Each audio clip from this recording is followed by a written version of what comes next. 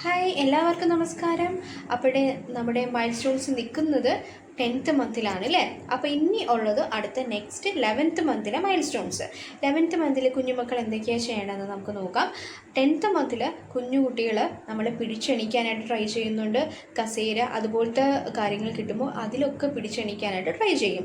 ഈ 11th month ആകുമ്പോൾ അവർ കൈ വിട്ട് ഒരു 2 സെക്കൻഡ്സ് നിൽക്കാനായിട്ട് ട്രൈ ചെയ്യുന്നതായിട്ട് നമുക്ക് കാണാം. അവരുടെ ബാലൻസിൽ ബോഡി വെയ്റ്റ് ഫുള്ളും കാലിൽ താങ്ങി നിൽക്കുന്നതായിട്ട് നമുക്ക് കണ്ടുവരുന്നുണ്ട്.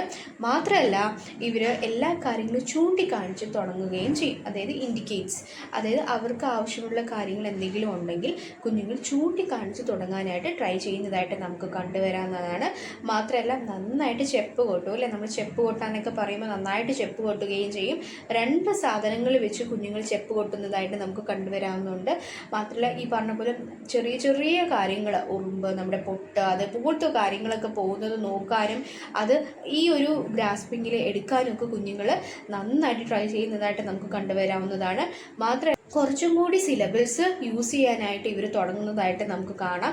അമ്മ എന്ന് ചിലപ്പോൾ ചില കുഞ്ഞുങ്ങൾ വിളിക്കുന്നതായിട്ട് നമുക്ക് കണ്ടുവരാവുന്നതാണ്. അപ്പോൾ ഇത്രയും കാര്യങ്ങളാണ് മേജറായിട്ട് നമുക്ക് ഉള്ളത്. മെയിൻലി നമ്മൾ ഇനി അടുത്തത് ഒരു മേജർ ഒരു മൈൽസ്റ്റോണിലോട്ട് പോവുകയാണ് 12 മന്തിലോട്ട്. സോ അതിൻ്റെ ഒരു ഫസ്റ്റ് സ്റ്റെപ്പാണ് ഈ പിടിച്ച് എണീറ്റ് കൈവിട്ട് 2 സെക്കൻഡ് നിൽക്കുക എന്നുള്ളത്. അത് മിക്ക കുഞ്ഞുങ്ങളും ചെയ്യുന്നത് 11th മന്തിൽ തന്നെ ആയിരിക്കും.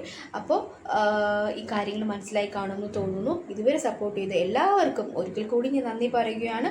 Thank you so much. അപ്പോൾ വീണ്ടും നെക്സ്റ്റ് വീഡിയോയിലോട്ട് കാണാം. അതുവരെ ബൈ.